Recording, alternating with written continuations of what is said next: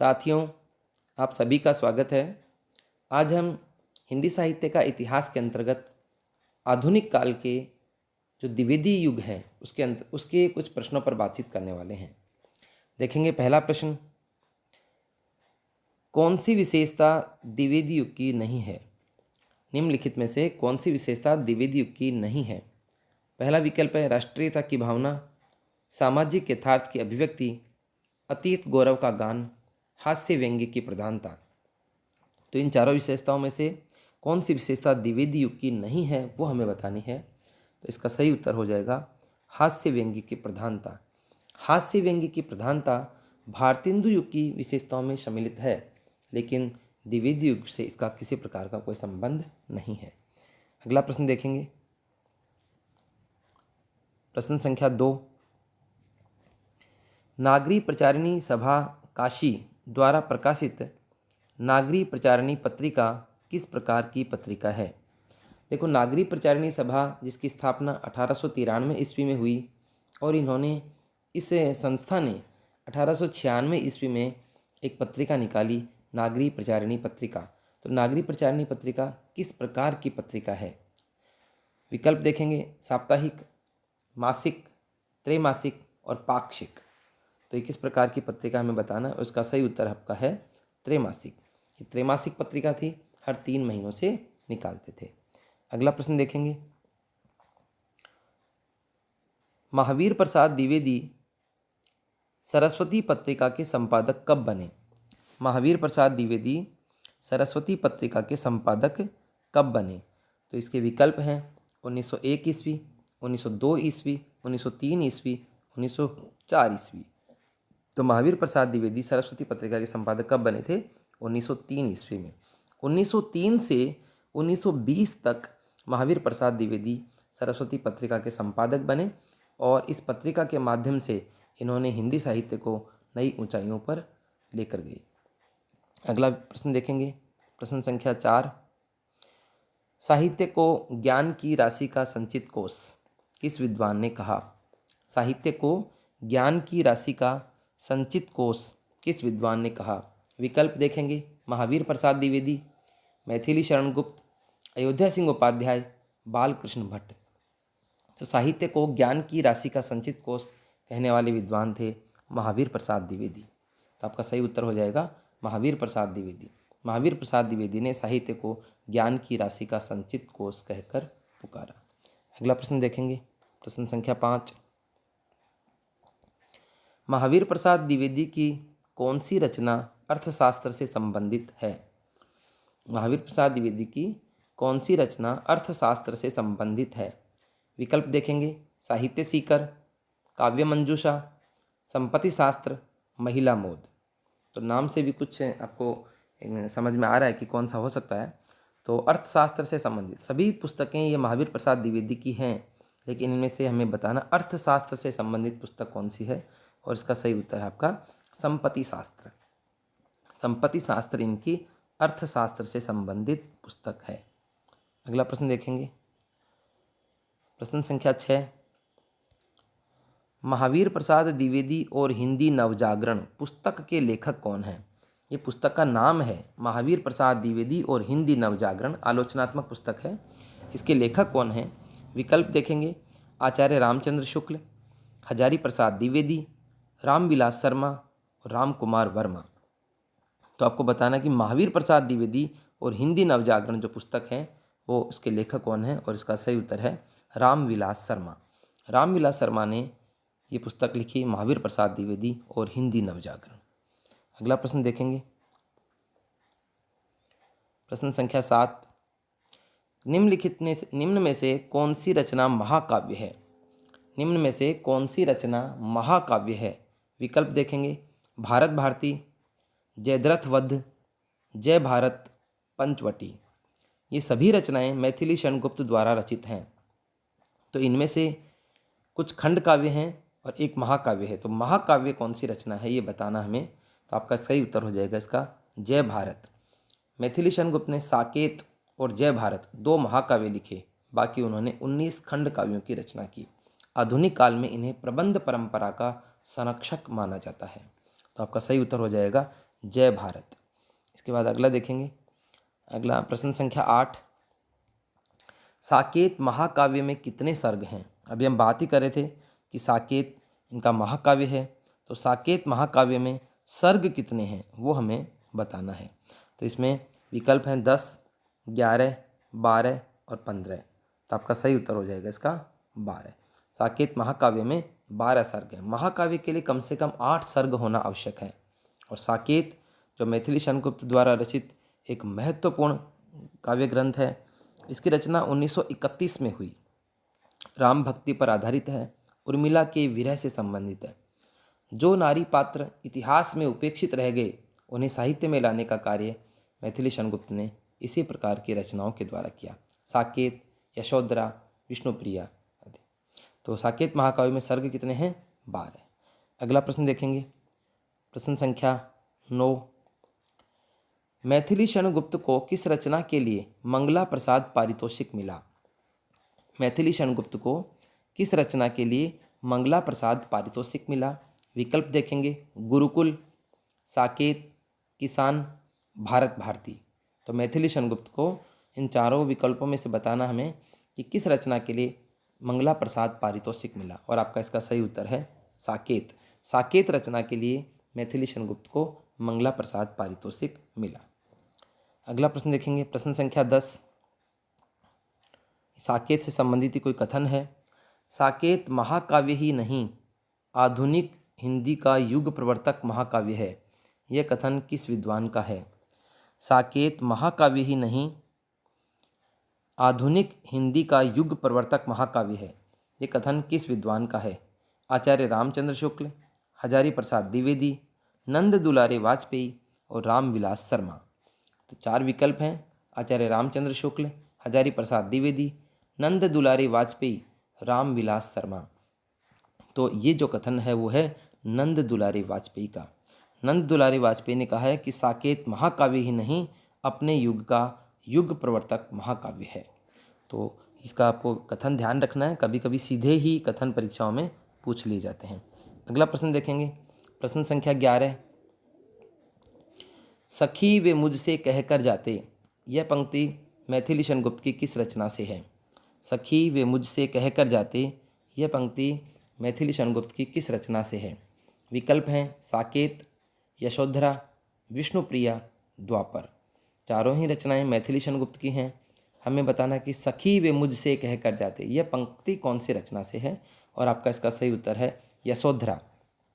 यशोधरा 1932 में लिखी गई एक महत्वपूर्ण रचना है। गौतम बुद्ध के गृह त्याग की घटना पर आधारित है और इसमें नारी जीवन की मार्मिक अभिव्यक्ति है। यशोधरा जो गौतम बुद्ध की पत्नी होती है, उसको इसी बात का दुख होता है कि यदि मेरे स्वामी मुझसे बोल कर जाते तो मैं उन्हें कभी इस मार्ग पर जाने से मना नहीं करती, लेकिन वो मुझे कहकर नहीं गए, बोल कर नहीं गए। इसका मतलब उन्हें मुझ पर विश्वास नहीं था। उनको लगता कि मैं उनके पथ में बाधक बन सकती थी, लग रहा है कि उनको पथ में बाधक बन सकती थी। तो आपका सही उत्तर है यशोधरा। अगला प्रश्न देखेंगे, प्रश्न संख्या 12, चारू चंद्र की चंचल किरणें खेल रही हैं जल थल में। चारू चंद्र की चंचल किरणें खेल रही हैं जल थल में, यह पंक्ति किस रचना से संबंधित है? विकल्प देखेंगे, पंचवटी, विष्णुप्रिया, रंग में भंग और किसान। चारू चंद्र की चंचल किरणें खेल रही हैं जल थल में, शरद जो पूर्णिमा है उसमें चंद्रमा की जो किरणें हैं, आज चांदनी रात है, उसकी सुंदरता का वर्णन है यहाँ पर। तो ये कौन सी रचना से संबंधित पंक्ति है? तो आपका इसका सही उत्तर है पंचवटी। पंचवटी मैथिली शरणगुप्त की एक महत्वपूर्ण रचना है और इसमें प्रकृति के सौंदर्य का वर्णन किया गया है। 1925 में लिखित ये पंचवटी रचना, इसमें लक्ष्मण के चरित्र को दिखाया गया है। तो ये जो पंक्तियाँ हैं ये इनकी चांदनी रात की सुंदरता का वर्णन है। तो पंचवटी से ये पंक्ति ली गई है। अगला प्रश्न देखेंगे, प्रश्न संख्या 13, एक और कथन है, भारत भारती की लोकप्रियता खड़ी बोली की विजय पताका सिद्ध हुई। भारत भारती की लोकप्रियता खड़ी बोली की विजय पताका सिद्ध हुई, यह पंक्ति किस कवि ने, किस विद्वान ने कही? देखो, भारत भारती की लोकप्रियता खड़ी बोली की विजय पताका सिद्ध हुई। विकल्प देखेंगे, रामचंद्र शुक्ल, हजारी प्रसाद द्विवेदी, डॉक्टर रामविलास शर्मा और डॉक्टर नगेंद्र। 4 विकल्प हैं। प्रश्न है भारत भारती की लोकप्रियता खड़ी बोली की विजय पताका सिद्ध हुई, ये कथन किसका है? और आपका इसका सही उत्तर है डॉक्टर नगेंद्र। डॉक्टर नगेंद्र ने कहा है कि भारत भारती के कारण ही क्या हुआ कि खड़ी बोली जो है वो लोकप्रिय हुई। तो भारत भारती की लोकप्रियता खड़ी बोली की विजय पताका सिद्ध हुई, ये आपका इसका जो कथन का जो सही बोलने वाले हैं ये हैं डॉक्टर नगेंद्र। अगला प्रश्न देखेंगे, प्रश्न संख्या 14। निम्नलिखित में से कौन सी रचना खड़ी बोली का पहला महाकाव्य है? निम्नलिखित में से कौन सी रचना खड़ी बोली का पहला महाकाव्य है? विकल्प देखेंगे, प्रिय प्रवास, वैदेही वनवास, चौखे चौपदे, रस कलश। ये चारों रचनाएं अयोध्या सिंह उपाध्याय हरिओद द्वारा रचित हैं। हमसे पूछा गया कि कौन सी रचना खड़ी बोली का पहला महाकाव्य है, और आपका इसका सही उत्तर है प्रिय प्रवास। प्रिय प्रवास 1914 में रचित एक राधा और कृष्ण के वियोग पर आधारित एक रचना है, और इसमें यह रचना खड़ी बोली का पहला महाकाव्य माना जाता है। तो आपका उत्तर हो जाएगा प्रिय प्रवास, इसमें 17 सर्ग हैं। अगला देखेंगे, अगला प्रश्न, निम्नलिखित में से कौन सी रचना श्रीधर पाठक द्वारा रचित नहीं है? निम्नलिखित में से कौन सी रचना श्रीधर पाठक द्वारा रचित नहीं है? विकल्प देखेंगे, देहरादून, पद्य प्रसून, एक कश्मीर सुषमा नहीं काश्मीर सुषमा है, काश्मीर सुषमा और जॉर्ज वंदना। देखो, देहरादून, पद्य प्रसून, काश्मीर सुषमा और जॉर्ज वंदना, ये का है काश्मीर सुषमा और जॉर्ज वंदना। इनमें से कौन सी रचना है जो श्रीधर पाठक द्वारा रचित नहीं है? और आपका इसका सही उत्तर हो जाएगा पद्य प्रसून। पद्य प्रसून जो रचना है वो अयोध्या सिंह उपाध्याय हरिओद द्वारा रचित है। अयोध्या सिंह उपाध्याय हरिओद द्वारा रचित रचना है पद्य प्रसून, तो इस श्रीधर पाठक द्वारा रचित नहीं है। बाकी देहरादून, काश्मीर सुषमा और जॉर्ज वंदना तीनों ही रचनाएं श्रीधर पाठक द्वारा रचित हैं। अगला प्रश्न देखेंगे, प्रश्न संख्या 16। किस कवि को अपनी अपूर्व साहित्य साधना के कारण कवि सम्राट की उपाधि दी गई? किस कवि को अपनी अपूर्व साहित्य साधना के कारण कवि सम्राट की उपाधि दी गई? विकल्प देखेंगे, मैथिली शरण गुप्त, महावीर प्रसाद द्विवेदी, अयोध्या सिंह उपाध्याय हरिओद, राम नरेश त्रिपाठी। तो इनमें से आपको बताना है कि कवि सम्राट की उपाधि किस कवि को दी गई, और आपका सही उत्तर है अयोध्या सिंह उपाध्याय हरिओद। अयोध्या सिंह उपाध्याय हरिओद को अपनी अपूर्व साहित्य साधना के कारण कवि सम्राट की उपाधि दी गई। अगला प्रश्न देखेंगे, प्रश्न संख्या 17। अयोध्या सिंह उपाध्याय द्वारा रचित प्रिय प्रवास रचना के बारे में कौन सी बात सही नहीं है? अयोध्या सिंह उपाध्याय द्वारा रचित जो प्रिय प्रवास रचना है इसके बारे में कौन सी बात सही नहीं है? विकल्प 1 देखेंगे, मंगला प्रसाद पारितोषिक मिला इस रचना पर। इसका पूर्व नाम बता रखा है ब्रजांगना विलाप था। इस रचना में 18 सर्ग हैं और इसमें राधा का जो विरह है वो दिखाया गया है। तो आपको इनमें से बताना है कि चारों बातों में से कौन सी बात प्रिय प्रवास के बारे में ठीक नहीं है, सही नहीं है। तो इसका जो सही उत्तर है वह है रचना में 18 सर्ग हैं, ये गलत है। इस रचना में जो सर्ग हैं वो कितने हैं? 17 सर्ग हैं, 18 सर्ग नहीं है। बाकी इस रचना पर मंगला प्रसाद पारितोषिक भी मिला है। इसका पूर्व नाम ब्रजांगना विलाप भी था और इसमें राधा का वीर्य दिखाया गया है, और ये 1914 में रचित खड़ी बोली का पहला महाकाव्य है। तो इसमें जो खास बात है वो है कि इसमें जो इसके बारे में सही कथन नहीं है वो है कि इसमें 18 सर्ग हैं, वो गलत है। 18 सर्ग, इनकी जो एक और इनका महाकाव्य है वैदेही वनवास, उसमें 18 सर्ग हैं, लेकिन इसमें तो आपके 17 सर्ग ही हैं। अगला देखेंगे, अगला प्रश्न,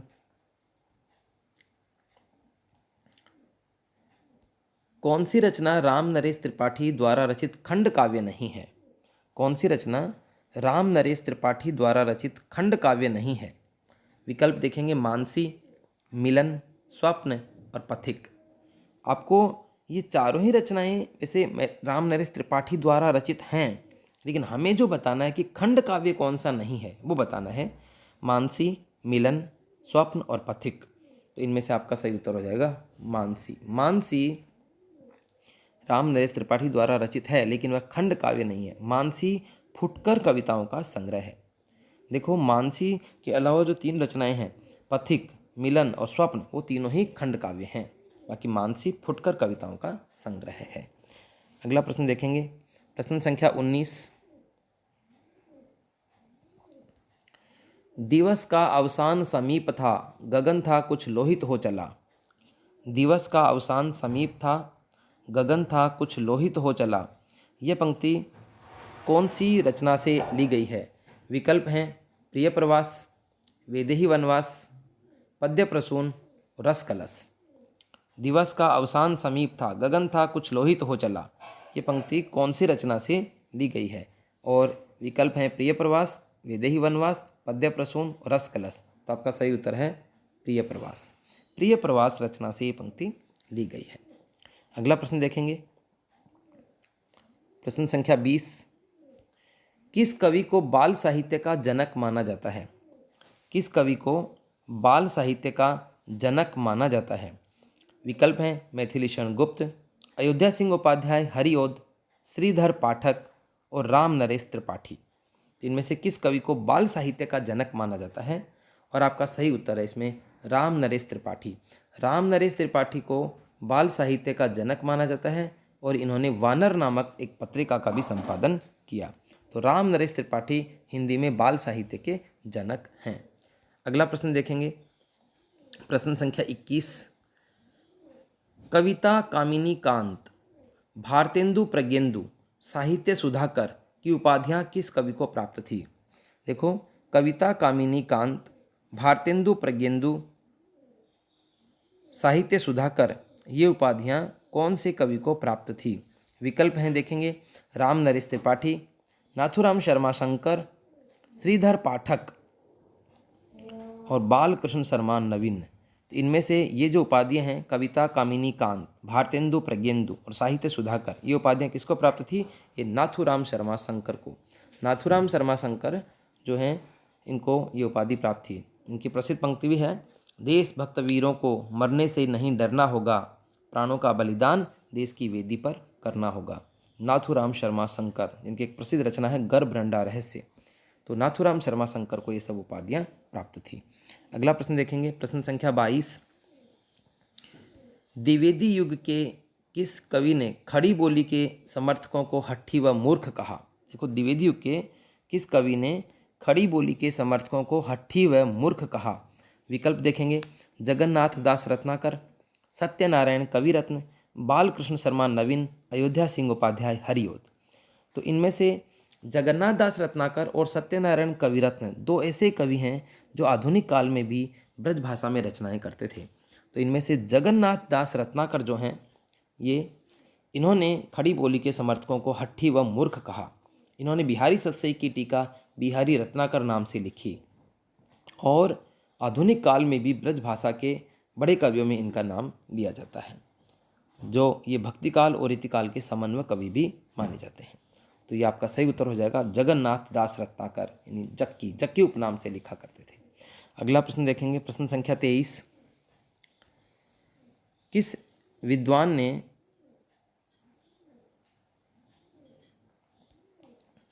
विद्वान ने नागरी प्रचारणी सभा काशी के माध्यम से देश के विभिन्न भागों में फैले हुए हिंदी के दुर्लभ ग्रंथों की खोज का कार्य किया?